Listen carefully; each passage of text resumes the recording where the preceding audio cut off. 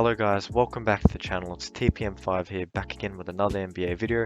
In today's video, I'll be talking about the most improved player award for the 2021-2022 season. I'm going to tell you who I think is going to win it after I go through these 5 candidates. So without further ado, let's get started. Coming in at 5th on the list is Kevin Porter Jr. The 6'6" combo guard came to the Houston Rockets following a little bit of a touch-up with the law. He was traded to the team on January 21st, 2021 for a future top 55 protected second-round pick, so essentially nothing. He collected a triple-double in the G League before making a return to the NBA, scoring 50 points and 11 assists in a win over the Milwaukee Bucks, the eventual champion.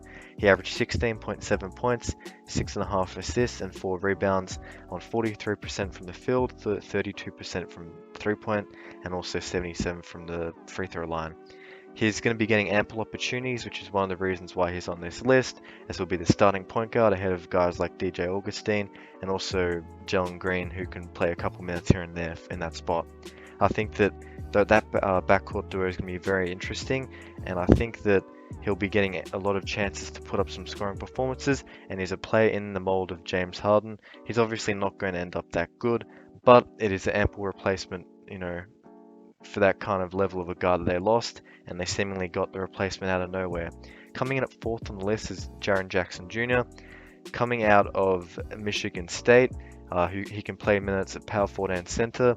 He was in the NBA All-Rookie First Team in 2019, in a season that saw him average 14 points, 5 rebounds per game, along with 51% from the field and 36% from 3 in terms of shooting percentages. And he missed a lot of this season with an injury to a torn meniscus that he suffered. He's showed a lot of versatility for defending in the 4 spot this offseason, and he looks like one of those guys that can take opponents off the dribble. Now, just a quick break, guys. I make NBA content 2 to 3 times a week, so if you subscribe, I'd heavily appreciate it. Don't forget to comment as well. Who do you think is gonna win the NBA Most Improved Player Award? But I think that he's shown promise in his time in the league, and once he gets some continuity back into his game after being out for so long with injury, I think that he can, really make strides ahead of, the offseason where he could get possibly extended and signed to the team long term. I think that he shows as a great candidate for this award because he dropped in terms of his averages because of injury, which means he, if he averages like say 19, it's more impressive than if he had done that last season, if that makes sense. It's more of a jump, suiting the Most Improved Player Award mantra. Coming in at 3rd on the list is DeJounte Murray. He was picked up with the 29th pick in 2016 in the first round.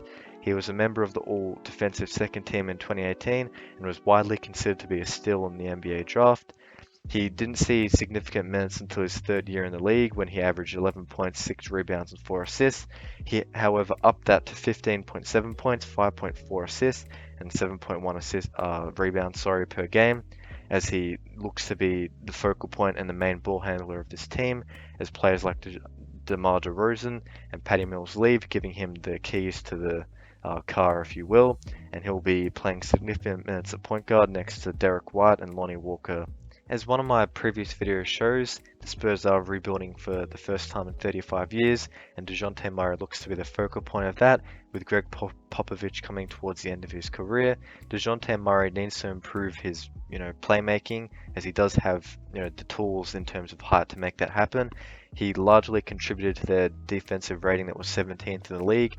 Without him, the argument can be made that it would have been a lot lower.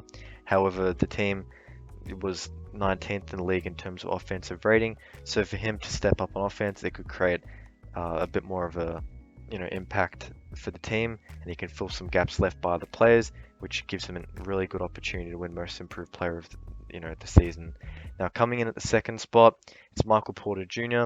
He was picked up relatively late in the 2018 draft compared to where many people saw him when he was coming out of high school as a 5-star recruit. He missed out on a large portion, or actually missed out on the full season 2018-19, and made his return in 2019-20. He suffered back fractures, which led to him being drafted low. However, in his return, he showed a really canny ability to shoot the ball, as he averaged 19 points on 54% from the field and 45% from 3, just a tick below 80% from the free throw line. I think given that Jamal Murray's gone, he's going to be asked to do a lot more, and it could look at him, he could build on that January where he was in sizzling form, and with no real competition at that small forward spot, he looks to be playing extended minutes every night, and with score-first guards like Monte Morris out there, he could improve his playmaking, which can build the case even further for him to win Most Improved Player. However, one thing's for certain, the Nuggets will be expecting a return on their investment, which was a 5-year max contract worth $207 million. And as it's no surprise to all of you, first on this list is Zion Williamson, the most hyped up talent since LeBron James to come into the league via the draft. He was the first pick as the ping pong balls fell in the favor of the Pelicans, and the first time All-Star in 2021. He's going to be following a similar career trajectory as his idol LeBron James if things don't change. He was an all-rookie first team in 2020, and he averaged 27 points, 7 rebounds, and 4 assists per game last season, with a monster 61% from the field.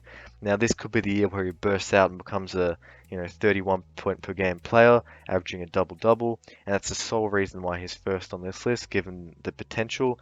Now it is worth knowing that he is slightly injured, with some scans expecting to come back in the next few days. However, if he misses the start of the season, it won't hurt the Pelicans too much until November, when their schedule starts to get a bit harder. So that is the list. I think that Zion Williamson is a bit of a cheap one to put at first, but he's the one that has the most upside, and if I was a betting person, it would be the safest one for me to do. Now, quickly addressing Shai isn't on this list because I'm expecting him, if he gets the slightest injury, to get shut down by the OKC Thunder. And if there's anyone else I've missed, please comment and make the case for them in the comment section too. I want Kevin Porter Jr. to win it.